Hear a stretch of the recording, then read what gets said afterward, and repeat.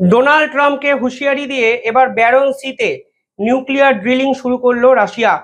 কালকে পুতিনের পক্ষ থেকে নিউক্লিয়ার ফোর্সকে সরাসরি নির্দেশ দেওয়া হয় তারা যেন নিউক্লিয়ার ড্রিলিং শুরু করেন। এবং কালকেই রাশিয়ার পক্ষ থেকে সেনেভা মিসাইল, রাশিয়ার অন্যতম ইন্টারকন্টিনেন্টাল ব্যালিস্টিক মিসাইল টেস্ট কিন্তু করা হয় ব্যারন সিতে। এই ব্যারন সি হলো কানাডা এবং আমেরিকার কাছে একটি সামুদ্রিক অঞ্চল, যা একদম আমেরিকাকে সরাসরি হুঁশিয়ারি দেওয়ার জন্য এক্ষেত্রে রাশিয়া ব্যবহার করেছে বলে অভিমত। তবে এই পুরো বিষয়টি এই জায়গায় যেতই না যদি ডোনাল্ড ট্রাম্প ইউক্রেনকে পুতিনের দেওয়া শর্তগুলোকে মানাতে পারতেন। কোথাও না কোথাও ডোনাল্ড ট্রাম্প নিজে আগ বাড়িয়ে পুরো বিষয়টাকে ঘেটে ঘ করে দিয়েছেন, তা আন্তর্জাতিক স্তর কিন্তু মনে করছে।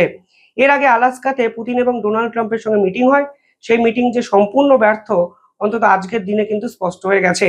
পরবর্তী মিটিং হওয়ার কথা ছিল হাঙ্গেরির বুডাপেস্টে, কিন্তু বুডাপেস্টের মিটিং কিন্তু ডোনাল্ড ট্রাম্প নিজে ভেস্তে দেন এবং বলেন আমি পুতিনের সঙ্গে সেই মিটিং করবোই না, যে মিটিং এর কোনো ভ্যালু নেই এবং শুধু শুধু সময় নষ্ট। কারণ পুতিন ফোনে একরকম কথা বলেন, সামনে অন্যরকম শর্ত দেন। আসলে পুতিনের শর্তে জর্জরিত এবং বিপর্যস্ত ডোনাল্ড ট্রাম্প বুঝে গেছেন আন্তর্জাতিক স্তরে তিনি এক্সপোজড হয়ে যাচ্ছেন। তিনি যুদ্ধ তো থামাতে পারেননি, উল্টে আমেরিকার সাধারণ মানুষ তার উপর বিক্ষোভে ঝাঁপিয়ে পড়েছে। কারণ আমেরিকা অনন্তকালের জন্য ইউক্রেনের সঙ্গে এই যুদ্ধে ফান্ডিং করে যাচ্ছে ইউক্রেনকে। এর আগে জেলেনস্কি হোয়াইট হাউসে গেছিলেন, একগুচ্ছ দাবি তিনি ফের আমেরিকাকে করেন। সেই দাবির মধ্যে উল্লেখযোগ্য ছিল আমেরিকা যেন তাদেরকে মিলিটারি সাপোর্ট দেয়, ডিফেন্স সিস্টেম দেয়, long range air strike capability missile দেয়, ডিপ্লোম্যাটিক এবং ফান্ডিং ক্রমাগত দিয়ে যায়।